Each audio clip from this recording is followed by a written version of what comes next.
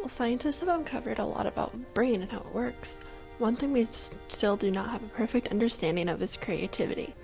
Science and creativity often go hand in hand because we need creativity to drive innovation, which is where just about every new tech idea or invention has come from. And while not everyone sees themselves as a creative or artistic person necessarily, we all have things we do every day that require some level of creative self-expression. Like when we all get dressed every morning, we go into our closet and pick out an outfit which may begin with a more thoughtful approach, like what the weather's like that day, or whether you're going to work versus a black tie gala. The part of your brain that makes the practical decisions is the lateral prefrontal cortex. It's a pretty big part of your brain, and it has a lot to do with decision making, self-monitoring, and introspective thinking. The part of your brain where you make the more impulsive decisions is called the medial prefrontal cortex.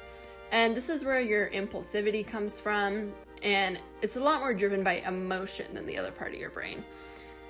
And though it is a lot smaller, it still plays a big influence on how you portray yourself and put yourself out to the world.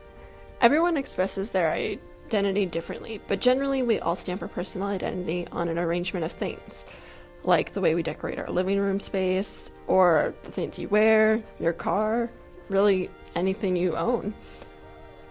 And something that I think about a lot is the halo effect. The halo effect is a theory by psychologist Edward Thorndike they created way back in 1920 about how we automatically make assumptions about a person based off initial impression of them.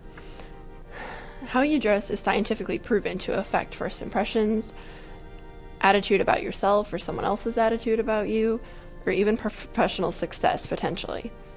How we present and express ourselves has had everything to do with how we connect, navigate, and grow with other people in our world. But we understand so little about how we do it.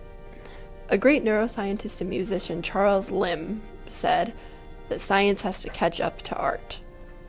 And I seem to find that to be increasingly true all around me.